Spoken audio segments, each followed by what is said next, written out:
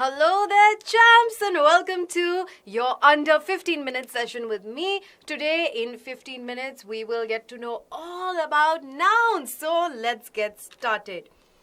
Alright, now nouns, you know what nouns are, but just generally, in order to define them, they represent what? People, places, things.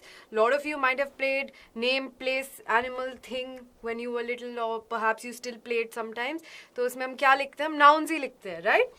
And they can even talk about ideas. Okay, so they give names to abstract concepts like ideas, like laughter, knowledge, intelligence, all these things. So they form the backbone of sentences because सारा sentence हम noun के बारे में ही तो बनाते हैं, right? When we want to talk about something or someone or some place, then it all starts with the noun that we are trying to talk about. Okay, so they are like the building blocks of language. Without nouns, our sentences won't have any substance or meaning. Okay, now generally you can remember that the primary uses of nouns are as follows. लोगों के नाम बताना, आपका नाम, मेरा नाम, आपके चाचा, बुआ, कज़न का नाम. ओके, आइडेंटिफाइंग प्लेसेस, आप कहाँ रहते हो, मैं कहाँ रहती हूँ, आपका स्कूल कहाँ पे है. ठीक है, आइडेंटिफाइंग थिंग्स. ओके, आपका बैकपैक, आपकी बॉटल, आपका टिफिन बॉक्स, आपका टीवी. ओके, आपका फोन और laptop, whatever you are watching this video on. Okay, identifying those things and expressing ideas. Okay, you gain a lot of knowledge from this video. So knowledge is the idea, the thing that you gained, जिसको हम छू नहीं सकते, जिसको हम देख नहीं सकते, बट हमें पता है कि वो एग्जिस्ट करता है. और ऐसे abstract concepts कितने सारे हैं, like I already mentioned, there's laughter, okay, and there's beauty. Okay, all of these things that you cannot touch, that you cannot feel, that you cannot see, but they exist as a feeling. Okay, so that was the basic breakdown of what nouns are. और आप nouns को easily पहचान लोगे. जैसे अगर मैं बोलूँगी my name is Asmita, तो आप जान लोगे कि Asmita is a noun, that is my name. लेकिन there are some other rules that nouns follow that we should know in order to make our lives easier in general, so that we don't make grammatical errors. One of those things is कि noun countable है या uncountable है. Now इसको आप बहुत generally ऐसे समझ सकते हो कि काउंट मतलब गिनना. तो जिसको आप गिन सकते हो वो काउंटेबल नाउन हो गया, जिसको नहीं गिन सकते वो अनकाउंटेबल नाउन हो गया. बट ये थोड़ा कंफ्यूजिंग हो सकता है बिकॉज बहुत चीज़ें आपको लगेगा कि आप गिन सकते हो, बट एक्चुअली में वो आप नहीं गिन सकते. So an easier way to remember कि एक नाउन काउंटेबल है कि अनकाउंटेबल है is to just simply see कि हम उसका प्लूरल फॉर्म बना सकते हैं कि नहीं. ठीक है, जब हमारे पास एक ही है तो वो सिंगुलर होगा, पर जब दो तीन या ज़्यादा क्वांटिटी में वो चीज़ हो जाती है, क्या जनरली हम उसमें एस या एस लगा के उसका प्लूरल फॉर्म बनाते हैं.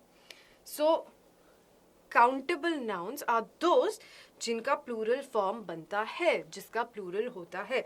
Okay, and they can be preceded by numbers और क्वांटिफायर्स. मतलब कितने हैं उस नाउन का क्वांटिटी, कितना वो नाउन हमारे पास है, हम उसको एज अ नंबर डिनोट कर सकते हैं. So your examples over here like dog, cat, animal, man, person, किसी को भी आप देख लो, आप इसका प्लूरल बना सकते हो. एक डॉग है तो डॉग, दो डॉग्स हैं तो डॉग्स बन जाता है. सिमिलरली कैट्स, एनिमल्स, मैन का क्या मैन हो जाता है, एंड पर्सन पीपल बोल देते हो इन generally. Okay, persons is a very niche usage, generally नहीं करते. देन बॉटल, बॉक्स, बोल. Bottles, boxes, bowls. Coin, note, rupee. Coins, notes, rupees. Cup, plate, fork. Cups, plates, forks. Table, chair, suitcase, bag. Again, tables, chairs, suitcases and bags. Okay? Uncountable nouns में जब हम आते हैं तो हम generally देखेंगे कि इसका प्लूरल फॉर्म नहीं बन पाता है. नॉर्मली जब हम बोलते हैं हम इनका प्लूरल फॉर्म नहीं बोलते. For example let's start with sugar. ठीक है, अगर आपको ज़्यादा चीनी चाहिए अपने दूध में या बॉर्नवीटा में या जो भी आप पी रहे हो, चाय, कॉफ़ी, अगर कभी कभी थोड़ी सी पी लेते हो तो सो उसमें आप बोलोगे I want more sugars. Will you ever से I want more sugars? No, you won't say that. You will say, I want more, 2 spoons of sugar. So आप spoons word को plural कर दोगे और आगे जब आप of sugar लगाओगे तो sugar, which you cannot see right now, sugar will stay singular only. Okay? So, from this we know that sugar is an uncountable noun. अब आप argue कर सकते हो that आप sugar को quantify कर सकते हो, right? जब आप 1 किलो चीनी खरीदते हो तो वो 1 किलो के बैग में आती है तो मैंने क्वांटिफाई तो किया है, बट वो क्या आ रही है, 1 किलो के बैग में आ रही है. तो हम डायरेक्टली शुगर को नहीं क्वांटिफाई करते, बिकॉज शुगर किस फॉर्म में एग्जिस्ट करता है, या तो वो ग्रेन्स होंगे या पाउडर होगा. और इंडिविजुअल ग्रेन्स या इंडिविजुअल पाउडर के पार्टिकल्स जो और भी छोटे हो जाएंगे ग्रेन से, इसको काउंट करना तो इम्पॉसिबल है, right? We can not count these. So another hack for you to remember uncountable nouns is whatever is in a powder or grain form, okay, like rice also, or whatever is in a liquid form like water, juice, tea, coffee, whatever, those things are uncountable because it's not possible to break them down and count them. The only way we can quantify them is by using another noun, like spoons of sugar, bottles of water, okay, cups of tea. Alright, so if you have to use another noun to quantify a noun, that noun is uncountable. Okay, simple rule hai, yaad rahega. Air, आसपास. Now we know the composition of air. We know it exists. We can't see it, but we know it's there. There are many ways to prove that it is around us, but we cannot count it. There are ways to quantify air also. ठीक है, pressure whatever you use. लेकिन आप उसको individually तो count नहीं कर सकते, जो द कंपोनेंट्स ऑफ एयर, ठीक है, कितने मॉलिक्यूल्स ऑफ ऑक्सीजन है, क्या है, नहीं कर सकते. So air is uncountable. Rice, I have already given you that example. Now let's come to abstract concepts. अब जिस चीज़ को हम देख ही नहीं सकते, फील नहीं कर सकते, जो टैंजिबल नहीं है बट हमें पता कि वो एग्जिस्ट करती है, ऑब्वियसली उस चीज़ को तो हम काउंट वैसे ही नहीं कर सकते, ठीक है, क्योंकि we can not even see those things.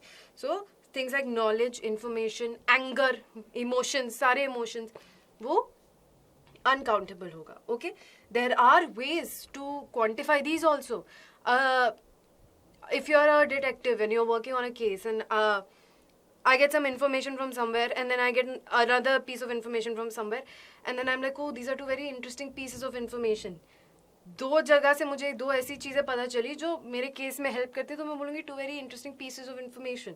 Okay, so pieces मैं यूज़ कर रही हूँ टू क्वान्टिफाई इन्फॉर्मेशन. ओके, तो ऐसे वर्ड्स हैं जो इन एब्स्ट्रैक्ट कॉन्सेप्ट्स को भी क्वांटिफाई कर सकते हैं, लेकिन बाय इटसेल्फ बिकॉज इनका प्लूरल फॉर्म नहीं है, these are uncountable. So countable, uncountable super clear हो गया हम.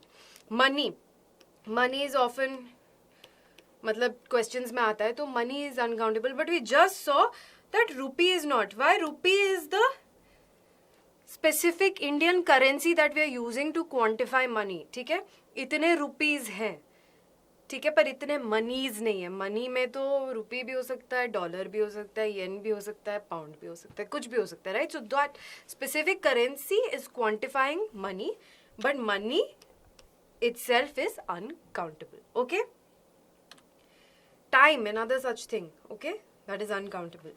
Now, collective nouns are another way of categorizing nouns. Countable, uncountable हो गया. Okay, अब collective nouns पे आते हैं. ये हमें collection of किसी भी चीज़ बताती है, तो एक group बताती है, and we know that group हमेशा singular होता है, ठीक है. So if we have a group of something, हम क्या करते हैं to make it easier to identify, we give that group a name. For example animals में ये बहुत कॉमन है. We do this with animals a lot. If we see a group of lions that are together, we say that they are a pride of lions. Okay, we see group of fish together, we say that's a school of fish. So we tend to do this a lot in the animal kingdom. हम groups को नाम दे देते हैं. But otherwise also, जैसे army is a collective noun, जो military में army का unit है, कलेक्टिव नाउन है.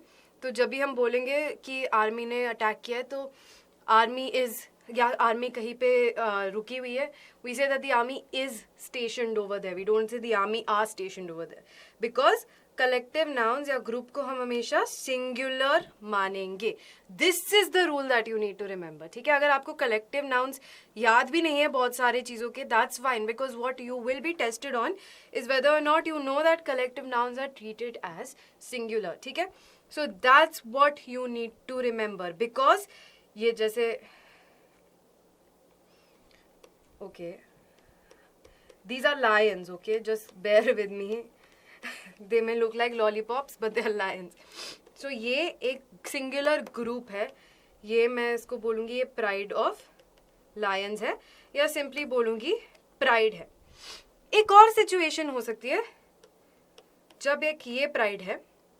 Let's say आप सफारी पे गए हो, ठीक है, सफारी पे आपने एक प्राइड देखी. You'd be very lucky if you get to see lions in a safari, but चलो मान लेते हैं कि आपका लक बहुत अच्छा है और आपको दिख गए. एक प्राइड आपने देखा, एक और प्राइड आपने देखा, ठीक है, ये भी लायंस है, ओके. एक और प्राइड आपने देखा, तब आप इसको प्लूरल मान सकते हो कि आपने दो प्राइड देखी, so you saw two prides. ठीक है, यू सॉ टू प्राइड्स, तब आप उसको प्लूरल मानोगे. That is the only time जब आप उसको प्लूरल मानोगे. बट अदरवाइज जब एक ही ग्रुप है, even if there are more than one members in the group, obviously group में मोर देन वन मेंबर्स ही होंगे, still you will treat this as singular. Okay, so you have group, stack, stack of paper, stack of books. दो stack है तो stacks हो गया, stacks of books. ठीक है, स्क्वाड, स्क्वाड किसका हो सकता है, पुलिस ऑफिसर्स का हो सकता है. ठीक है, स्क्वाड मेंबर्स. आर्मी का हो सकता है. टीम, स्पोर्ट्स में हमेशा टीम होती है. गैंग, यूजुअली क्रिमिनल्स का हमेशा गैंग होता है. कमिटी, जो जब प्रोफेशनल्स को बिठाते हैं एक जगह किसी चीज़ को एनालाइज या किसी चीज़ पे कोई रिसर्च करने के लिए, तो उसको कमिटी बोल देते हैं. या जूरी, जजेस का ग्रुप जूरी होता है. Okay, all right, here is your question and I want the answer in the comments. So, हम लोग ने क्या क्या समझा nouns को. Generally, you will be able to pinpoint and recognize nouns very easily. But there are some categories of nouns that help you. There are some ways to categorize nouns that helps you make sure that you're not making grammatical errors. इसमें countable, uncountable और collective आ जाता है. तो वो हमने आज clarify किया ताकि आपके subject verb concord में गलती ना हो. ओके, या आपके प्लूरल फॉर्म बनाने में गलती ना हो. Alright, so this is your question. Give me the answer in the comments and we finished before 15 minutes, so great. If you have any doubts, leave them in the comments and remember to subscribe to the channel because you will get the best content for everything over here. We are always there to help you out, so you need to stay subscribed so you don't miss out on updates, and do like the videos if they are helping you so that we know that they are helping you.